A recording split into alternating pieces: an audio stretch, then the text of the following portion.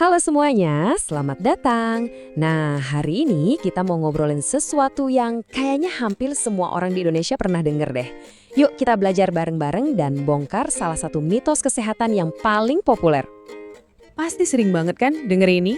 Mungkin dari orang tua, kakek nenek yang bilang, jangan mandi malam-malam nanti rematik loh. Pertanyaannya simpel aja sih, ini beneran fakta medis? Atau ya cuma mitos yang diwariskan aja? Oke, biar jawabannya valid dan gak pakai katanya-katanya, kita nggak akan nebak-nebak. Kita bakal langsung lihat apa sih kata para ahli dan sains soal ini. Langsung aja ya, jawabannya itu singkat, jelas, dan tegas. Kepercayaan kalau mandi malam bisa menyebabkan rematik itu 100% mitos. Betul, Anda nggak salah dengar. Cuma mitos. Dan ini bukan opini sembarangan loh ya. Ini adalah kesimpulan para ahli, termasuk dari Perhimpunan Reumatologi Indonesia. Mereka semua udah sepakat. Nggak ada bukti ilmiah sama sekali yang menghubungkan kebiasaan kita mandi malam sama munculnya penyakit rematik. Nah, ini kan jadi bikin kita penasaran ya. Kalau penyebabnya bukan mandi malam, terus apa dong penyebab rematik yang sebenarnya? Yuk kita lanjutin investigasi kita buat cari tahu akar masalahnya. Di sini kita bisa lihat perbandingannya dengan jelas banget. Di satu sisi, ada mitos yang nyalahin suhu dingin atau air, tapi di sisi lain ada fakta ilmiahnya. Rematik itu sebetulnya disebabkan oleh masalah di dalam sistem kekebalan tubuh kita sendiri. Jadi, apa sih penyakit autoimun itu?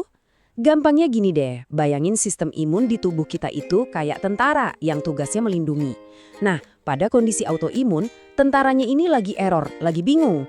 Dia malah nyerang sel tubuh kita yang sehat karena dikira musuh. Serangan yang salah sasaran inilah yang jadi biang kerok, peradangan, nyeri, dan kaku sendi. Jadi masalahnya di situ, bukan di airnya. Oke. Kalau ini memang murni mitos, kok bisa sih awet banget dipercaya orang? Sampai sekarang loh. Pasti ada dong alasannya kan? Nah, ayo kita gali lebih dalam lagi. Nah, ini dia nih kuncinya. Ternyata memang ada hubungan antara suhu dingin dengan gejala rematik. Tapi hubungannya itu nggak seperti yang kita kira selama ini. Ini bagian yang agak tricky, tapi penting banget buat kita pahami bareng-bareng. Jadi, dengerin baik-baik ya. Air dingin itu sama sekali nggak bikin orang jadi kena rematik. Tapi, nah ini tapinya nih. Buat orang yang emang udah punya rematik, paparan suhu dingin atau mandi air dingin itu bisa bikin sendi-sendinya terasa lebih nyeri atau kaku. Kemungkinan besar dari sinilah kesalahpahaman itu muncul. Orang rasa gejalanya kambuh setelah mandi, terus keliru menyimpulkan kalau air dingin itulah penyebabnya.